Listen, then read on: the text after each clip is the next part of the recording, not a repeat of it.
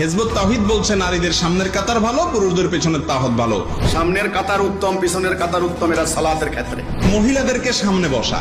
কোরআনে কোথায় বলেছে নারী পুরুষ তোমরা একসাথে থাকতে পারবে না? কোথায়? হিজবুত তাওহীদ না হিজবুশ শয়তান? টাকা খেয়ে যে সমস্ত ফতুয়াবাজি করো তোমরাই হিজবুশ শয়তান। শায়েখ আহমদুল্লাহ সাহেবকে তো নতুন করে পরিচয় করিয়ে দেওয়ার মতো কিছু নেই, যাকে বাংলাদেশ সহ অন্যান্য দেশের মানুষেরা হচ্ছে। তবে আসুন এই প্রাণীটার সাথে একটু পরিচিত হই। এনার নাম হলো সেলিম। ভক্তরা তাকে ভালোবেসে ইমাম সেলিম বলে ডাকে। ইমাম হওয়ার আগে তিনি ছিলেন একজন হোমলেস ব্যক্তি এবং উশৃঙ্খল ছেলেপেলে ও মাদকদ্রব্য ছিল তার সঙ্গী। কিন্তু তার মধ্যে কিছু ট্যালেন্ট ছিল যেগুলো প্রকাশ পাওয়ার পর বিভিন্ন মিশনারি থেকে তাকে দায়িত্ব দেওয়া হয় সাধারণ মুসলমানদেরকে আলেম সমাজ থেকে দূর করা। এখন সে এই কাজে বেশ দক্ষ হয়ে উঠেছে, যা তার বক্তব্য দেখলে বোঝা যায়। আপনাদেরকে একটা সুসংবাদ দিতে চাই, কোথাও হিজবুত তাওহীদের অনুষ্ঠান দেখলে সেখানে নির্দ্বিধায় অংশগ্রহণ করবেন, তবে ইমানকে শক্ত রেখে। কেননা তাদের অনুষ্ঠানে বিপুল পরিমাণে খাবারের আয়োজন এবং অর্থ প্রদান করা হয়ে থাকে। যেমন ওই ভাইটিকে দেখুন, ওকে দেখেই বোঝা যাচ্ছে যে ও নিজের ইচ্ছায় এখানে দিন মজুর হিসেবে ওকে আনা হয়েছে এবং দিন শেষে ওর মজুরি পেয়ে যাবে। এমন ভাবে ওরা 150 মহিলা পুরুষ ভাড়া করে এনে ওদের কনফারেন্স করে। এই তো আরেকজন মুফাসসির আন্টিকে দেখুন, তিনি কি সুন্দর কোরআনের তাফসীর করছেন। কোরআনে নারীদেরকে এভাবে হিজাব করতে বলেনি,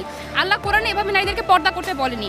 সূরা আহজাবের 59 নম্বর আয়াতে এবং সূরা নূরের 31 নম্বর আয়াতে আমরা যদি দেখি যে আল্লাহ নারীদেরকে কতটুকু পর্দা করতে বলেছেন, তাহলে দেখব যে আল্লাহ নারীদেরকে এমন ভাবে পর্দা করতে বলেছেন যাতে তাদেরকে চেনা সহজ। দেখছেন কি অবস্থা? মানুষ বলে হিজবুত তাওহীদ কোরআন শুদ্ধ করে পড়তে পারে না। আমি তো দেখতেছি এরা কোরআনের আয়াত সংখ্যা উল্লেখ ছাড়া উদাহরণই দেয় না। আফসোস করে লাভ নাই, এই আংটিকে কোরআনের তাফসীর এভাবে বোঝানো হয়েছে। এই পৃথিবীতে প্রচলিত সমস্ত অন্যায়কে দূরীভূত করে ন্যায় শান্তি প্রতিষ্ঠা করাই হচ্ছে হিজবুত তাওহীদের একমাত্র লক্ষ্য, একমাত্র উদ্দেশ্য।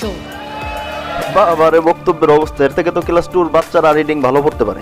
একে তো ওই মহিলা রিডিং পড়তে পারে না, তারপরও ওর সময় দেওয়া হয়েছে, কিন্তু ও পড়ালেখা না করেই স্কুলে চলে আসছে। তোমাদের কাছে আমার একটা আবেদন থাকবে, তোমরা যেন এই সমস্ত অশিক্ষিতদের পাল্লায় না পড়ো।